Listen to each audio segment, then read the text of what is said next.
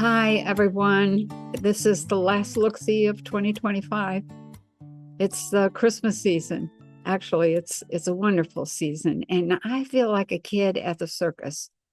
Why? Because there's so much going on, so much to see, so much to hear, in every corner of the world. There's so much to think about, so much to ponder. So we're at an important crossroads. Oh my gosh, I cannot emphasize that enough. We're at a crossroads. All of us across the entire Western world are facing a number of truths. Truths about the self, the family, and even our nations. Those truths all come down to big change.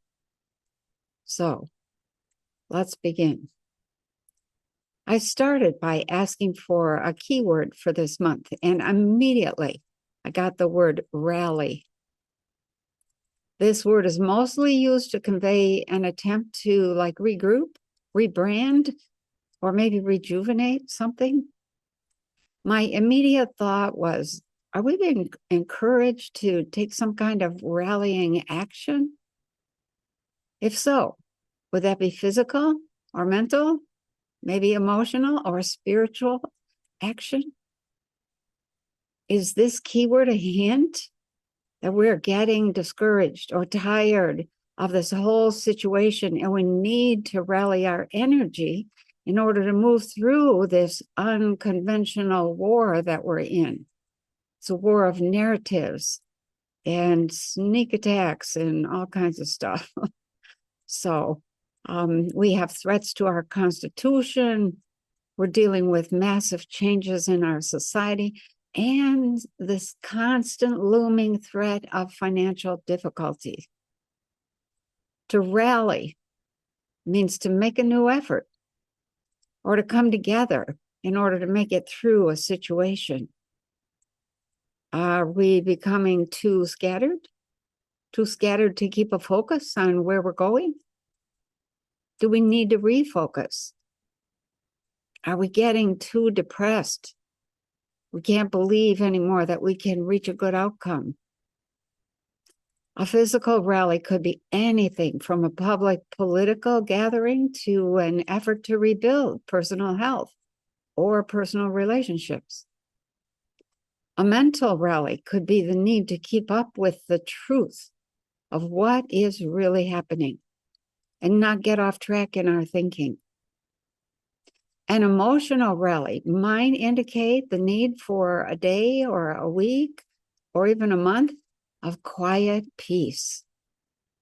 Quiet peace that just listens to music, meditates, spends time in silence or in nature, and avoids stressful people and stressful situations. A spiritual rally might be an effort to see the world through the eyes of love, to practice patience, perhaps to shift consciousness into habits of, being thoughtful, things like that. Or we could practice using 4D and 5D perspectives. As we move through the next 4 or 5 weeks, let's rally ourselves individually, but also as people who absolutely know that there are millions of others out there who are quietly rallying themselves and who are holding the space for a beautiful new world to emerge. It's quite a key word for this month, rally. So let's start with number 1. We hear a lot of propaganda about China. So it's really helpful to hear from people who are actually in China and live there. And a fellow from the Inside China Business YouTube channel reported something that caught my ears in a big way. He talked about a group of American venture capitalists who went to China recently. What they discovered changed their investment plans completely. What they saw was that China was so far ahead in the design, development, manufacturing, and recycling of batteries that there was no way for anyone, including the US, to catch up with them. The VCs, venture capitalists, drew the same conclusions about electric vehicles and electrolyzers for energy production. Electrolyzers it's a material that's used in fuel cells or anything that produces energy, but I think they're using it for fuel cells. So what was the conclusion of the venture capitalists? They came back to America and said, quote, "Don't waste any money investing in American battery manufacturing, recycling, American electric vehicles, or electrolyzers. You can also forget about investing in solar and wind. China is at least 50 years ahead of anything being done in the US. We will never catch up. Western investors are in a bubble. They believe things that are not true. China is not only 50 years ahead of us, the US cost to do the same things that China is doing is 6 times higher than in China." End quote. That's a 600% increase in the cost to do the same things here that they're doing in China for a lot less. Oh my. China is producing hydrogen power, lithium, metals for batteries, and wafers for semiconductor fabrication. Their goal is absolute energy independence and energy security. And they have the raw materials, the transport, the refineries to do all of this. On top of this, China's business profits, get this, are used to scale the business, not pay investors. There are no dividends or capital gains in China, only reinvestment in what they're doing. They also do not waste a lot of time on years of R&D. They start with a proof of concept and then begin designing and implementing immediately, learning as they go. So what is the smart step for the US and the West? While China focuses on hydrogen and fuel cells, we should skip that step and go to work on the step beyond hydrogen and fuel cells. Let China take care of general energy production for the present moment while we prepare for the next form of general energy. You know, general energy is what runs our world, electricity from something. That would require, letting China take care of general energy for the time being while we focus on discovering the next step. That would require a little trust, some cooperation, and working with others instead of always competing. Something, we're not very good at cooperating yet, but we're going to get there. If we could just learn to play leapfrog with one another in terms of the next evolution of science and technology, it would be a much better world. Somebody takes care of one issue while everybody else is researching and developing what's beyond that. And then everybody takes a turn. Yeah, okay. Number 2. Life is never all one way or another. And in complete contrast to what I just said about China being ahead with energy production, we have other news indicating that China has its challenges and it's not ahead in every area of life. Google, Microsoft, IBM, Amazon, and others are pulling out of China, moving production to other countries, mostly because of the tariffs on Chinese imports. Microsoft is moving to Singapore. Amazon Shanghai has shut down completely, and Amazon Web Services are cutting back on buying Chinese circuit boards. Google is moving to Thailand and Southeast Asia. Google is also decoupling from China as a source of basic materials and supplies. IBM shut down China operations in March 2025. Hewlett-Packard is cutting back China operations by 70%. That's a lot. Dell is also cutting back. Logitech is pulling out some operations and has reduced down to 10% of what they were in China in the past.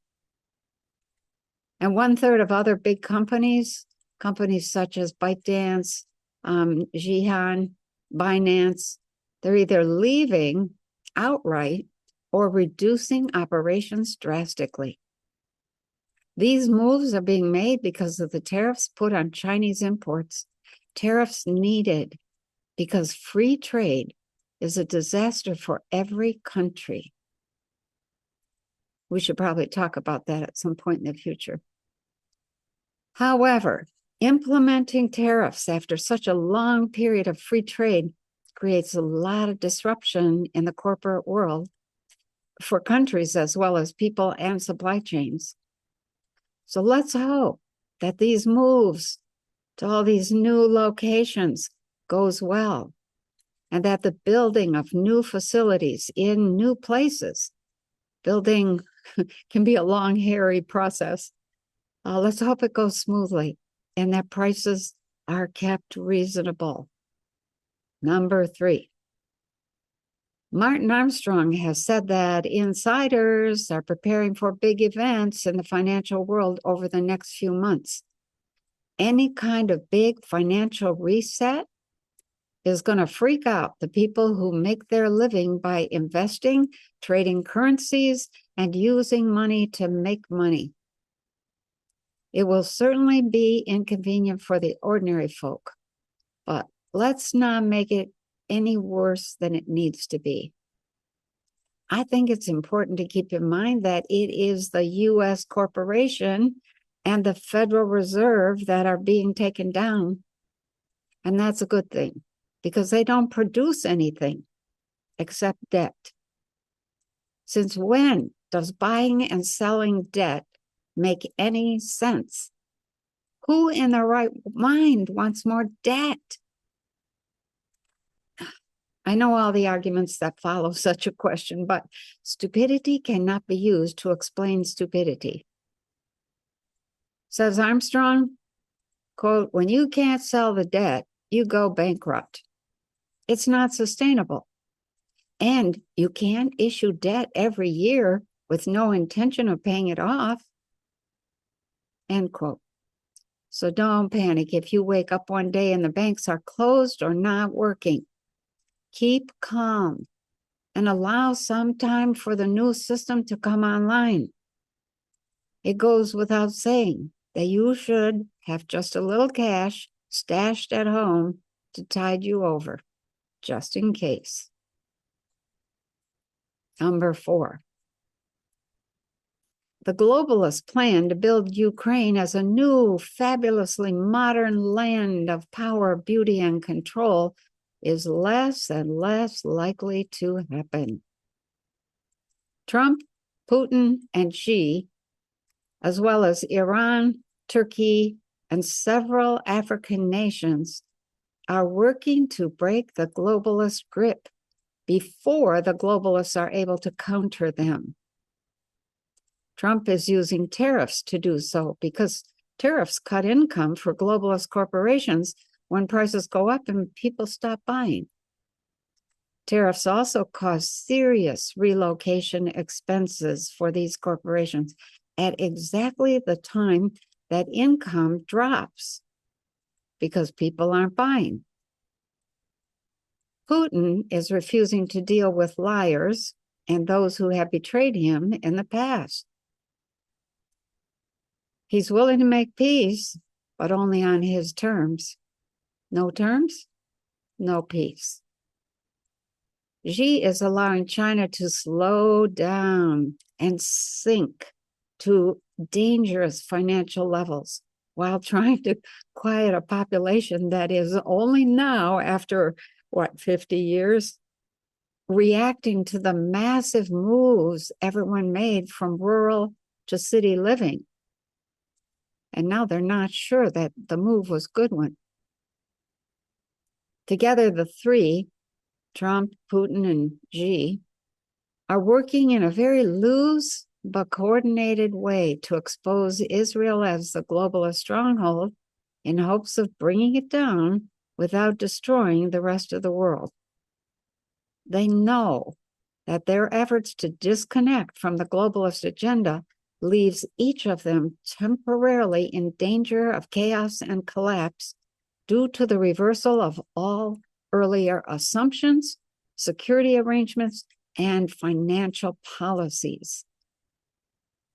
Their goal is to weaken the globalist banking system by allowing as much of the chaos and collapse as possible without irritating their people too much or collapsing their respective countries. They also know that the globalists wouldn't hesitate for a minute to destroy everything if they can't be in charge. So the trick is to make it all look like just natural problems coming up. Just keep taking a bite out of the globalist rear end until the globalists are rendered powerless. Thus, if Russia can hold the line, if China can be brought out from under the Rothschild BlackRock influence, if Israel can be tamed, if the U.S. can hold itself together, if we can all avoid war, then life will settle down again, quietly, nicely, for thousands of years. The most likely results at this point are Russia wins in Ukraine, the EU disintegrates, China experiences a political reorganization and a serious financial recession, Israel dissolves or is destroyed, Turkey and Iran squabble over power and various groups seeking independence, Africa blooms. The U.S. withdraws to deal with internal turmoil and isolates itself while reorganizing. As I've said before, if anything nuclear breaks out, everything is off the table. Number 5. Colonel Douglas MacGregor points out that the moral compass of the West is gone, and it has been gone for quite some time. I don't know about Europe's moral compass, but I do know that the moral compass of Hungary, Poland, Italy, and the heartland of America is not gone. There are probably other countries as well that still have a good sense of right and wrong, an inclination to be truthful, and a preference for honest dealings. Those countries keep their word, and they avoid wars. In addition, many ordinary folks in many countries still have a good moral compass, even though their leadership does not. Don't despair when you look at the current crop of leaders. We're learning very powerful and useful lessons about how bad leadership behaves. We will be able to use this knowledge as we move forward into the new world. Number 6. If I had had any champagne handy, I would have gotten it out and celebrated the other day when I heard Robert Kennedy Jr. announcing that $700 million was going to be spent on regenerative agriculture. Woohoo! Oh my, it's a step in the right direction. Too few people know anything about soil health anymore. This is something I've been teaching for 30 years in my organic gardening class, which is actually coming up in May of this year. We can't have healthy food if we do not have healthy soil. It's the same principle as needing to have a healthy mother if you want healthy babies. Soil is this amazing, wonderful, healing stuff. It's about, talking about soil here. Amazing, wonderful, healing stuff for plants. And when soil dies, you need all sorts of expensive fertilizers to make the plants grow, all kinds of insecticides to protect it from insects, all kinds of fungicides to keep molds and mildews at bay, and herbicides to help the plants outcompete the weeds. The more insecticides, fungicides, and herbicides you use, the more your soil is unable to regenerate. And your food, it gets more and more unhealthy. The more you spray these poisons, the more the soil collapses, requiring even more sprays. It's a vicious circle. If we want to regenerate ourselves, we absolutely need to regenerate our soils. Come to class and learn how to do that.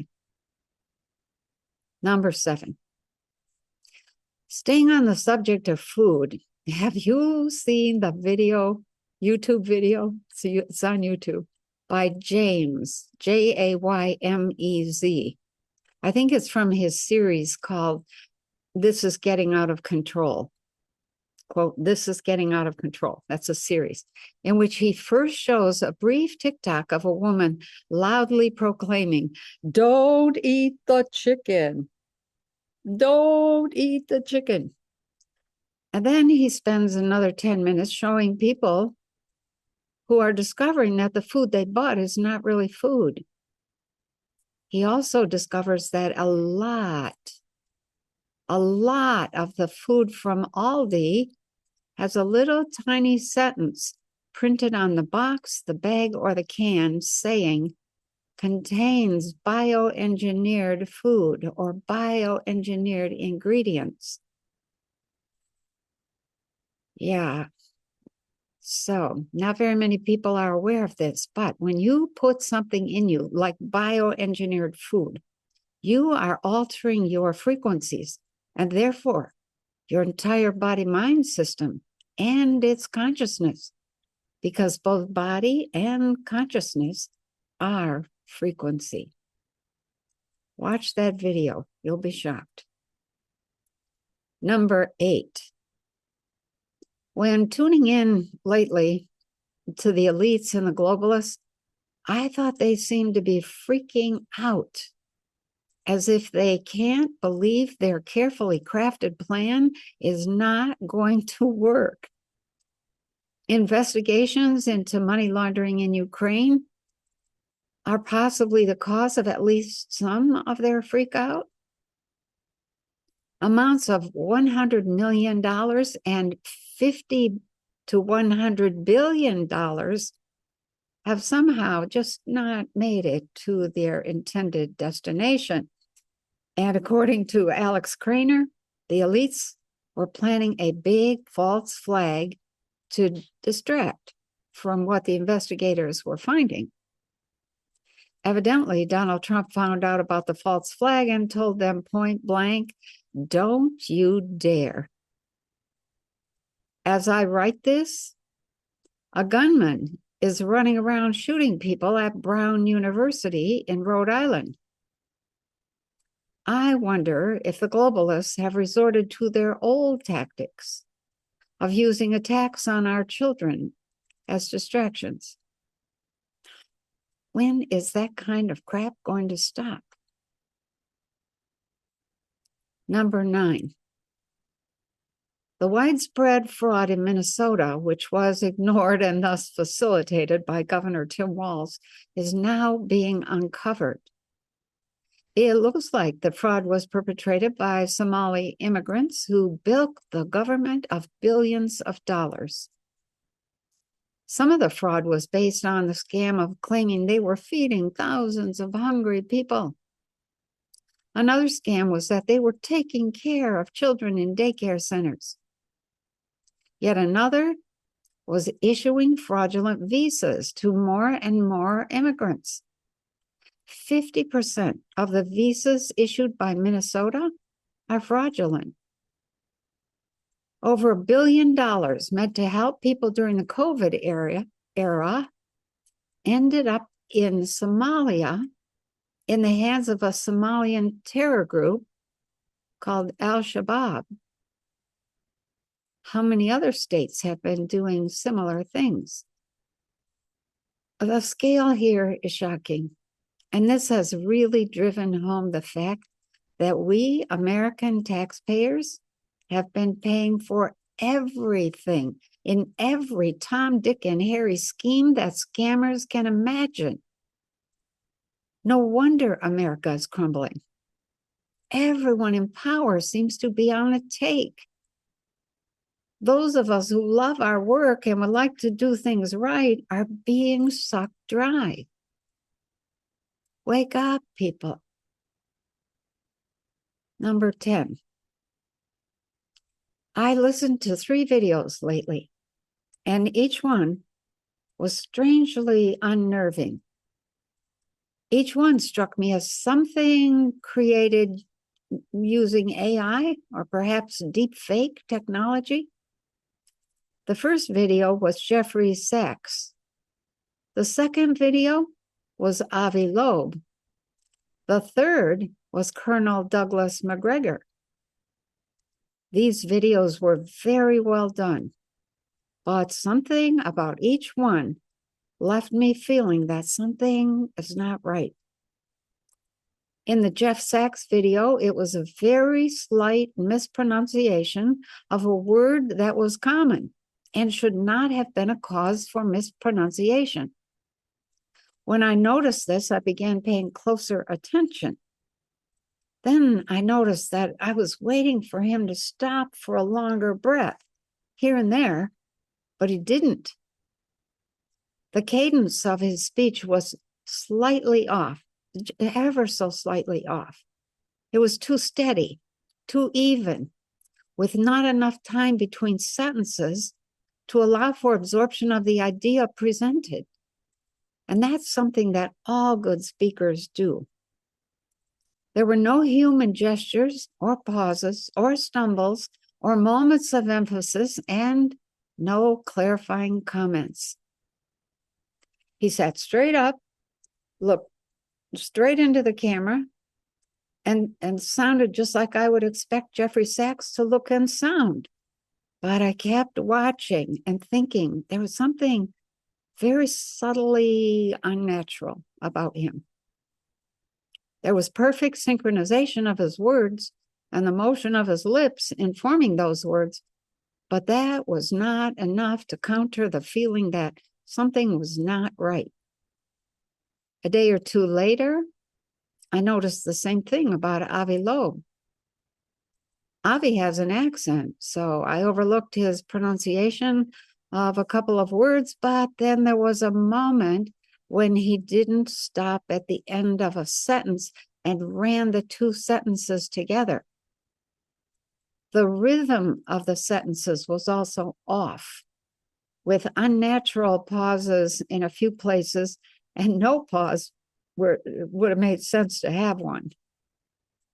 Neither did he exhibit the kind of gestures we expect from someone giving a talk, or show much emotion, emphasis, or pacing. All of the above was also true of the Douglas McGregor video.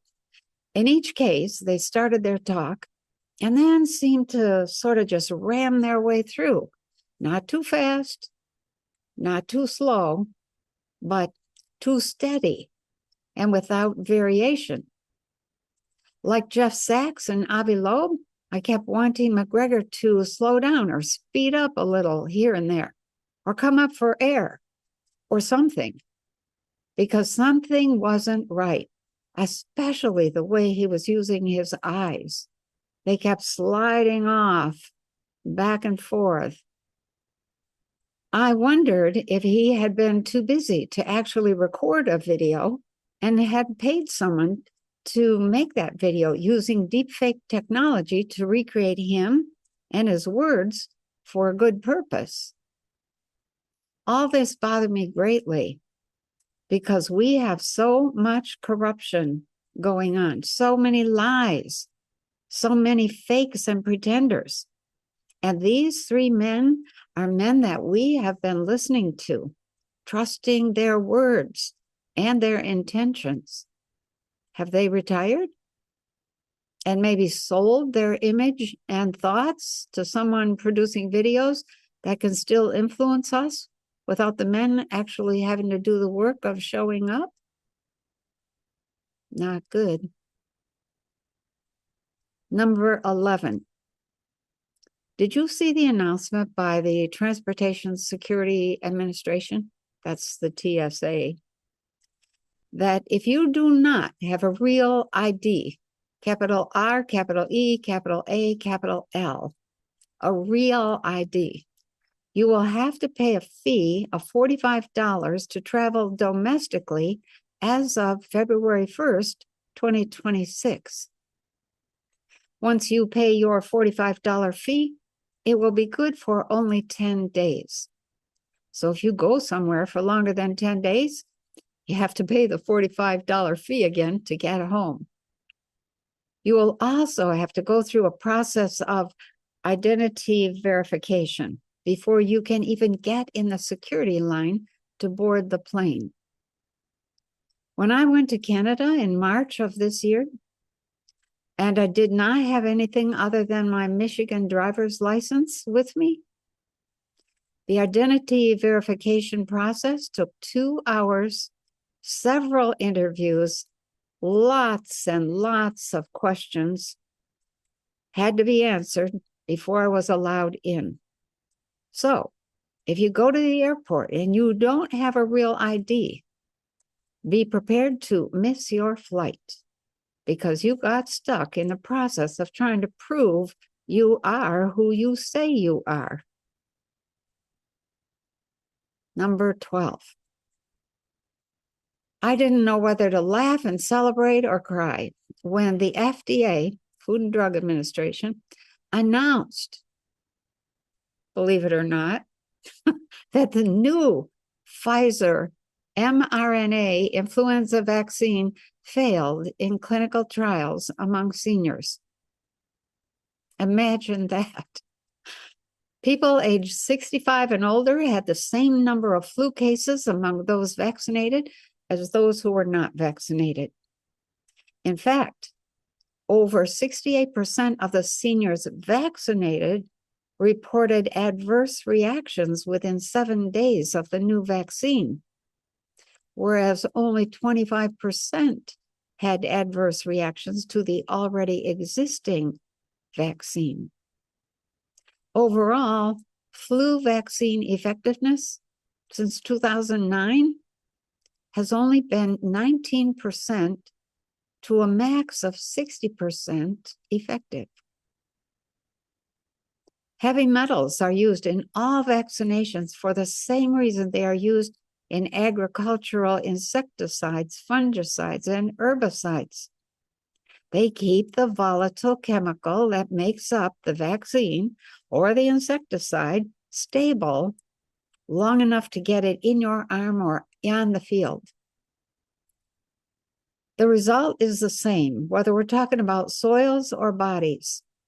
Lots of heavy metals in your system that bugger up your brain, your digestive system, your hormones, and everything else going on in you. I did know that RFK Jr. and the Advisory Committee on Immunization Practices, ACIP, they've decided not to give newborns the hepatitis B vaccine anymore. Thank God. The principle of giving hepatitis B vaccines to newborns is akin to removing a wart with a sledgehammer. It does more damage than good. In the US, The prevalence of hepatitis B among women of childbearing age is 0.7 to 0.9%.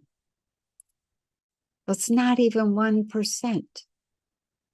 So to protect 0.7% of the babies, we ruin 100% of them with a vaccine that results in poor immune system function, allergies, and a host of other health issues for their whole life. So let's see how much the autism rate drops in the next few years. Number 13. Three-Eye Atlas has certainly caused a stir. There's an awful lot of speculation going on about it, and I love the controversies it has stirred up. In ancient times, a sign like that in the skies was a harbinger of change, big, massive change. We are on the cusp of big change. And I hope you're taking at least a few minutes each day to slow down, take a breath or two, contemplate your readiness to live differently. What do you think that will mean? What will it mean to live differently? Put your intentions out into the field of consciousness and say thank you to the great spirit of life for its amazing gift. Then give yourself permission to see, hear, and feel everything there is to see, hear, and feel, and tell the universe you intend to use those gifts of perception to bring joy or peace or a sense of humor, a little flexibility, maybe a little pizzazz or some stability and sass to the world. Then go about your day, taking care of whatever you must do, knowing you are in relationship with that great spirit of life. Number 14. Although no one was paying any attention, December 3rd was the one-year anniversary of South Korea's attempt to impose martial law on its people. Of course, the people weren't having any of that and arrested the president.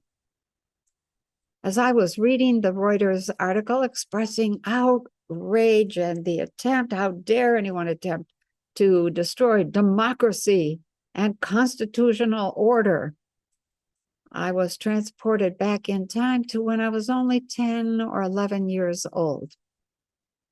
One of my jobs was to wash all of the family hairbrushes every week.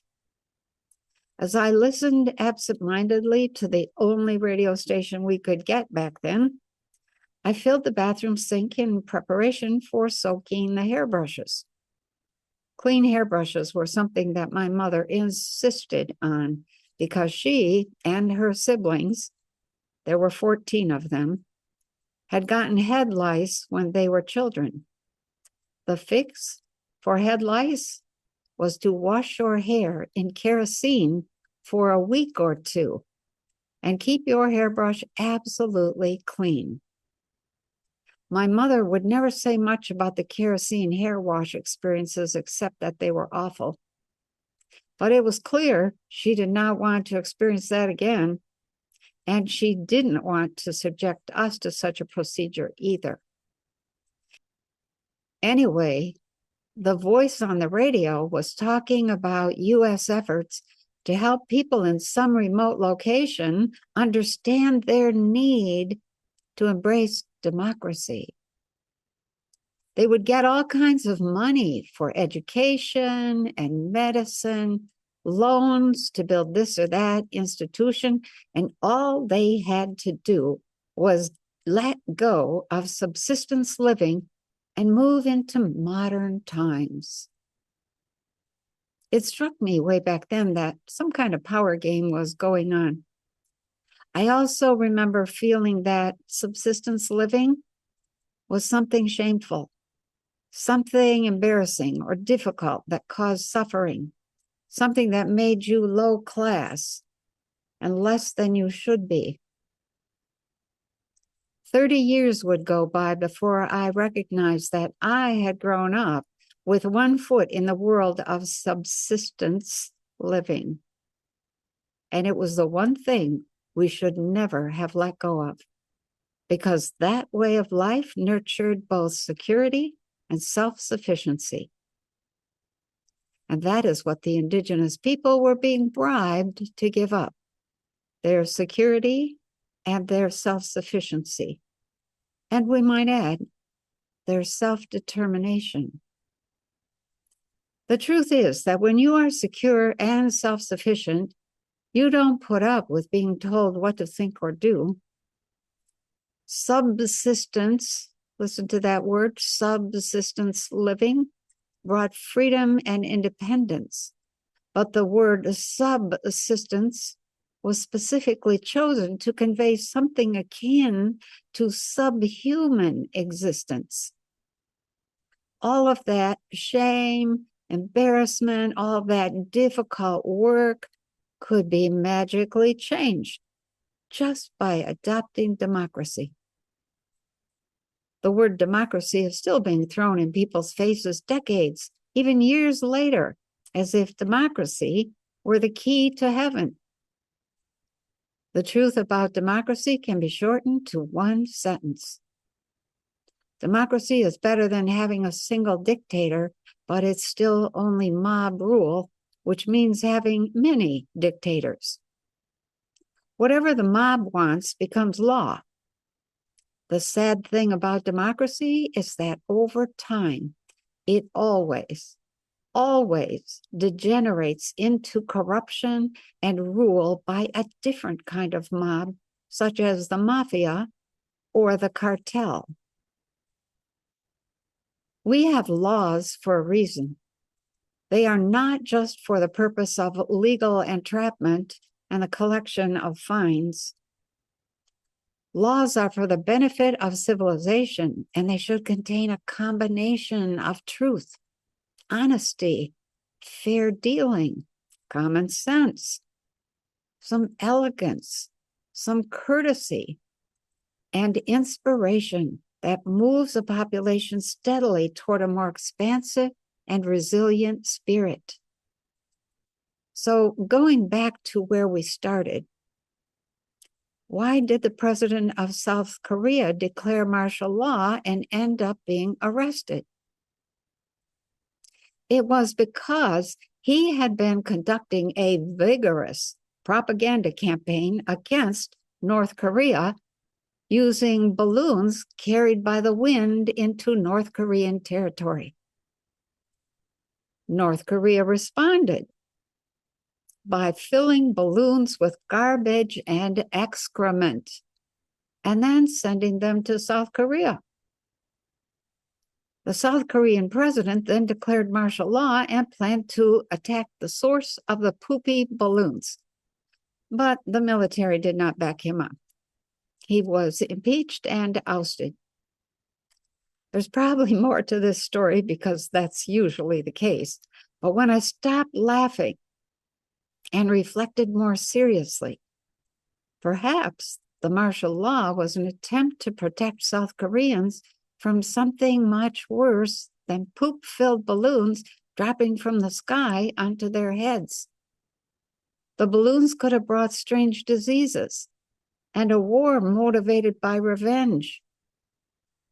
So perhaps the martial law was the most beneficial response the South Korean president could have made. But he should have stopped there. No need to attack North Korea for its outrageous creativity. Martial law would have been enough. It held an element of truth about what was happening. It was an honest response, had a lot of common sense, and was efficient, a very efficient, yet elegant way to respond, yet protect people by simply forcing them to stay indoors and out of harm's way. Number 15. I got out my iPad the other day and opened the calculator to do a little calculating. I needed to add a string of numbers, get a total, divide that total by another number, then figure a percentage. I put in the string of numbers and got the total when up popped an advertisement. There was no X in the upper corner to close it. No skip button appeared. And when I tried to make it go away, another ad popped up, and then a third. I closed out of the entire app and started again. But the same thing happened. This time I wrote down the sum, waited for the ad to finish, ads, let's make that plural, to finish, and tried to continue with the division part of the problem. But as soon as I hit that equal sign again, the ads started up again. The same thing happened when I tried to get the percentage I was after. The whole frustrating experience took almost 10 minutes to get a calculation that should have taken 30 seconds. We have gone too far with that whole advertising thing. I don't need to have everything from garden hoses to jockey shorts to vitamins shoved in my face. I will go looking online when I want to find something. So I was complaining to my son about this, and he said, "Oh, just wait. In another month, they'll offer you ad-free calculator usage for only $10 a month." Is this what advertising has come to now? An irritation, like a mosquito, that forces you to buy relief like you buy a can of off mosquito spray? Is everyone in the business world looking at everyone else as nothing more than an income stream? This leaves me feeling like I'm in the woods being tracked by a bear who is eyeing me for dinner. At some point, we will have to recognize that making more and more and more money is not the answer to our problems. The whole system needs to be redesigned. Like I said at the beginning, big change is coming. Be thinking about how you would like to live. Does it include the need to buy existence from another human being? That's it for this look-see. So for those who are watching or listening for the first time, the look-see is a brief look at what's happening in our world and where the big trends are headed. Because reality is not fixed. It's very dynamic and it changes according to what we're doing with our consciousness. Nothing becomes real until we make it real. We make a choice, we put something together, take some kind of action, take something apart. Those decisive actions are what determine the outcome and the timeline. Of course, once we set something in motion, it takes a lot to make a change or get things going in another direction. And that is exactly why we look ahead. If we don't like the direction things are going, we can make appropriate changes in a timely way or prepare for what may look inevitable. If we see something we like, we can put some conscious attention on that outcome and help it along. It's important to look around and assess what is happening. Where are we going? So we know whether or not we need to do something different. So thank you so much for listening. I wish you all a beautiful Christmas and a wonderful holiday season. Keep your eyes open and your wits about you. And we'll see you in the new year, 2026. Take care.